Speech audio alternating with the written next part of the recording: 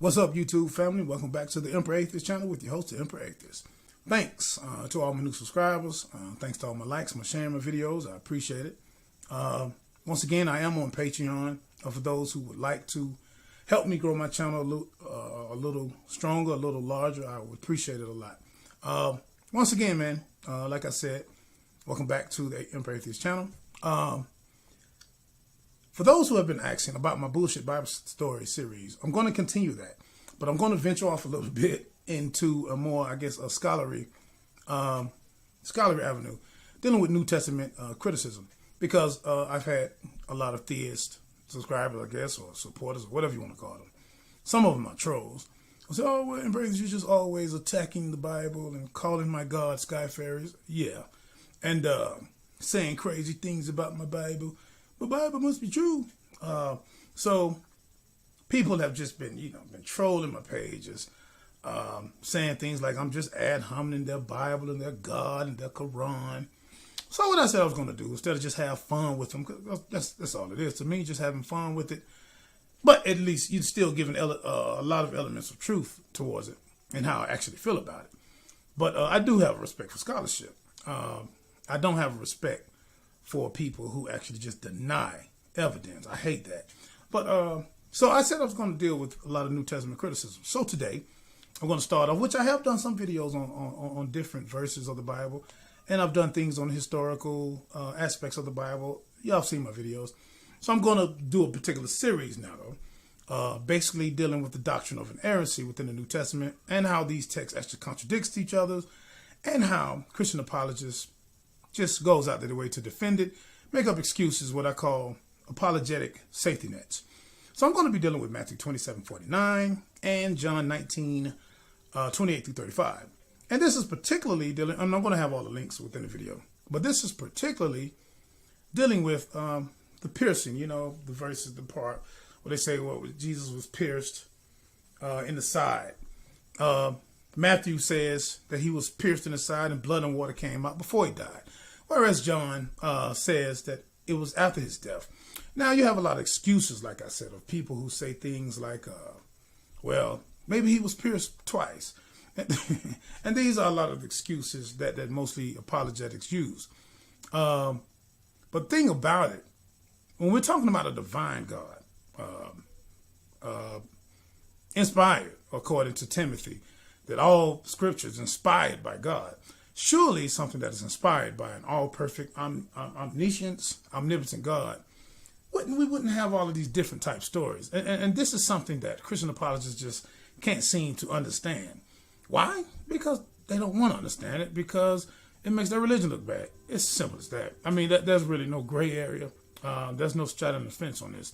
Either you're just going to ignore it, or you're just going to accept it for what it is. And 9 times out of 10, you won't be a theist anymore. You won't be a Christian anyway. So these are the excuses that are used by apologetics. When we clearly see differences in Matthew 27:49 and John 19:28 through 35, as far as piercing of the blood. And I'm going to read something that I posted in a lot of social media groups that I've written, that I'm basically, I already added to my book, and we're going to do it again. Compare this. I'm going to read this as far as the Alexander, and I'm dealing with the Alexandria text and inerrancy. And this is another thing I want to make known. Inerrancy, as far as a person believing in inerrancy, it's not something that a person has to believe in order to be saved according to Christianity. But on the other hand, when you talk about inerrancy, this is something that is important to the church, as far as the reputation of the church, and this is what I want to destroy. Because it should be. Because I don't like the dishonesty of scholars who are tricking the majority of people. And the majority of 90% of the theists, 95% of the Christians that even watch this video won't even understand what I'm talking about. So I'm talking to those who have PhDs, whatever in whatever field of theology that you have. A lot of them know what I'm talking about. And a lot of them know the excuses that they use to try to reconcile these particular texts and their problems, very problematic problems. So this is something that I'm going to start addressing in a series called the doctrine of inerrancy within the New Testament. So, well, I guess that'll be the name. That'll be good. I don't know if that'll be too long or not. But this is basically what I'm addressing. So when we look at, and I want to read this, I'm eventually going to read some of what I have right here, if I can pull it back up. I have it right here. Okay. And I'm going to talk about the two codexes too. The Vaticanus and the Sinaiticus. The Sinaiticus, which are some of the most popular codex it is in theology. But I want to read, I'm probably start reading what I wrote right here. Matthew 27, excuse me. Major Alexandrian witnesses for Matthew, including the Vaticanus and the Sinaiticus, contain more in the verse, which we're talking about in the Greek. And in quotation, and another took a spear and pierced his side, and out came water and blood. Notice that this is reported in Alexandrian text of Matthew to occur before the death of Christ in verses 27-50. Compare this to John 19:28-35, where John explicitly says that this Jesus was pierced after he died. John 19:35 makes a special point of saying that he is right about this. But the Alexandrian reading in Matthew 27:49 says that Jesus was pierced right before he died. Now we have modern versions such as NIV and ESV are based primarily on the compilation of the Alexandrian text. I want to make this point here. Byzantine readings are adopted in their base text as a last resort. Now there are some exceptions to this, like for example the New King James Version, which is based on the what we call the Textus Receptus, which is based on the Lutheran Bible. Then you have the World English Bible, and a couple of more, which is basically based on the Byzantine text. But even when the Vaticanus and the Sinaiticus stand alone, modern versions still tend to adopt their readings. For example, NIV translator Craig Bloomberg, who I have spoken to a few months ago, has recently conveyed that if it wasn't for the fuss that would be raised by KJV onlyists, and KJV onlyists are people who just, like Kent Hovind and a few others. I shouldn't have mentioned Kent Hovind because he's not a biblical scholar at all, but he's a KJV onlyist, which means that they only feel like the KJV is the best rendition of the closest to the original text. They feel like the KJV is it. We don't need nothing else. But it say that if it was, but this is what Craig Bloomberg said. He said if it wasn't for the fuss that would be raised by KJV onlyists, Mark 16:9-20, which I have spoken about months and months ago, would be gone. And let me explain this before I go on. Mark 16:9-20 was not found in some of the earliest manuscripts, which most scholars would tell you that this was added. But you look at a lot of Bibles, they have it in bracket, Mark 16:9-20, which is basically when Jesus, after he's so-called resurrected, which of course we deny, but after he's so-called resurrected, Mary and all these people came to the sepulchre to see if he was still there, And then they ran off to meet Peter, whatever version you want to say, because they're all contradiction with the stories of who came with Mary. So this is not a video for me to get off into all those contradictions, but y'all familiar with it. When you go 16:9-20, well, all of these particular verses were basically added to the texts. So basically, biblical scholars are saying that if it wasn't for the KJV onlyists, they would have been got rid of those verses. But the first question to ask is, how did those verses get into these manuscripts anyway? How did it get into the canonization? This is the question that you must ask. How did the divine being allow this to happen? This is what it goes back to. But anyway, as it is, the NIV's treatment of Mark 16:9-20 is problematic. Of course it is. But I don't want to spend much time criticizing the NIV because my criticisms might be obsolete tomorrow as the NIV changes, which we know it do. Daniel Wallace, who's also a very popular biblical scholar, also said that he's considering removing Mark 16:9-20 from the text of the NET. To do so would be to adopt a reading that disagrees with all extant Greek manuscripts except for the Vaticanus and the Sinaiticus. But that can't happen in the case of Matthew 27:49. It cannot happen. And why do I say that? Because the Alexandrian reading of Matthew 27:49 is attested in more than 2 Greek manuscripts. It is in the Vaticanus and the Sinaiticus. And if my information is correct, which I know it is also attested to in the codices CLU and Gamma, plus more than 30 minuscules and several Latin copies. Also in the early 500s, I think it's in the Antioch address, this variant. So basically, we have a situation in which Alexandrian reading is favored at Mark 16, Well, only 2 Greek manuscripts clearly display it. But an Alexandrian reading is being rejected at Matthew 27:49, where those same 2 Greek manuscripts, and I don't want to be going over too many people's head, the oldest and most reliable, according to some footnotes, and other manuscripts attested. So, I have to emphasize this again, that the Sinaiticus has the Alexandrian reading. Okay, now, and I want to say this too, because I had this, and all this is my book, the chapter, I'm going to put in the video. If you visit the Codex Sinaiticus website and consult the English translation provided there, it will give you a different impression. It really will. But this is the point I really want to make.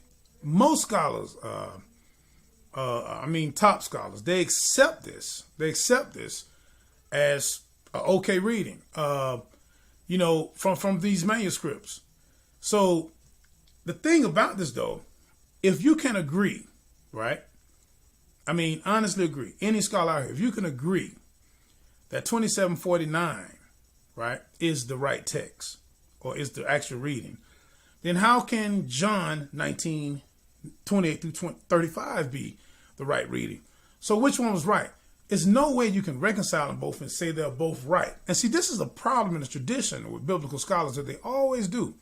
So I want to ask anybody who's watching this video, does anyone here think that Alexandrian text, version of the events in Matthew 27 and the version of events in John 19 can actually be inerrant?